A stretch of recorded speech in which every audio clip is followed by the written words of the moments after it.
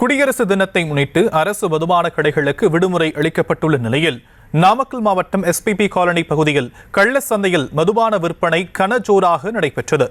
கூடுதல் விலை கொடுத்து மதுவை வாங்கி செல்லும் மது பிரியர்களால் அந்த பகுதியில் பரபரப்பு ஏற்பட்ட நிலையில் விவரங்களை எம்முடைய செய்தியாளர் தங்கமணி வழங்க நாம் கேட்கலாம். தங்கமணி, விரிவான விவரம்.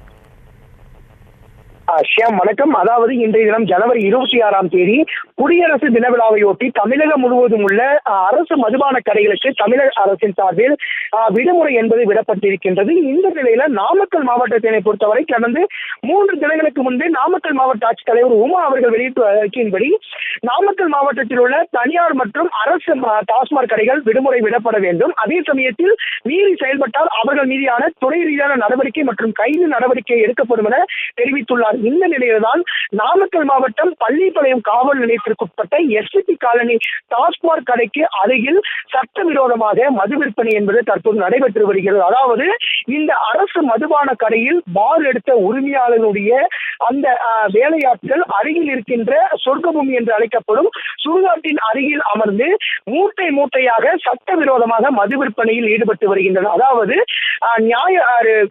டாஸ்மாக் கடைகளில் ஒரு குவார்ட்டர் 250க்கு விற்பனை செய்தால் இவர்கள் கள்ள சந்தையில் 350 முதல் 400 ரூபாய் வரை ஒரு குவார்ட்டர் என்பது விற்பனை செய்யப்படுகிறது. அதே சமயத்தில் கூடுதல் விலையாகவும் சுமார் 350 முதல் 450 ரூபாய் வரை ஒரு குவார்ட்டர் என்பது கள்ள சந்தையில் தற்போது விற்பனையாகி வருகிறது.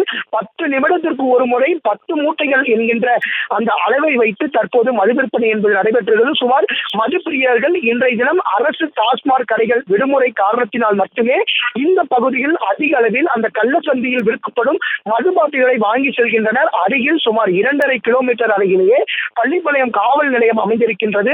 காவல்துறையினர் இதுவரைக்கும் இந்த இடத்தில் வந்து ஏதாவது சோதனை செய்வது அல்லது அவர்களிடம் கைது நடவடிக்கை எடுப்பது என்று இதுவரை இல்லை என்று அங்கிருக்கின்ற பொதுமக்கள் குற்றம் சாட்டுகின்றனர். தொடர்ந்து அருகில் பேருந்து நிறுத்தம், மருத்துவமனை, அதே சமயத்தில் குடியிருப்பு பகுதிகள் இருக்கும் நிலையிலும் கூட இவர்கள் அரசு விடுமுறை தினத்திலும் கூட சட்டவிரோதமாக மது விற்பனையில் ஈடுபட்டு வருகின்றனர்.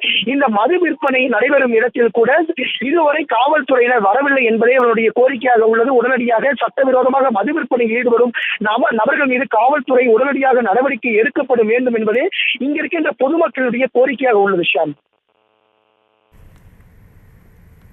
விவரங்களுக்கு நன்றி தங்கமணி.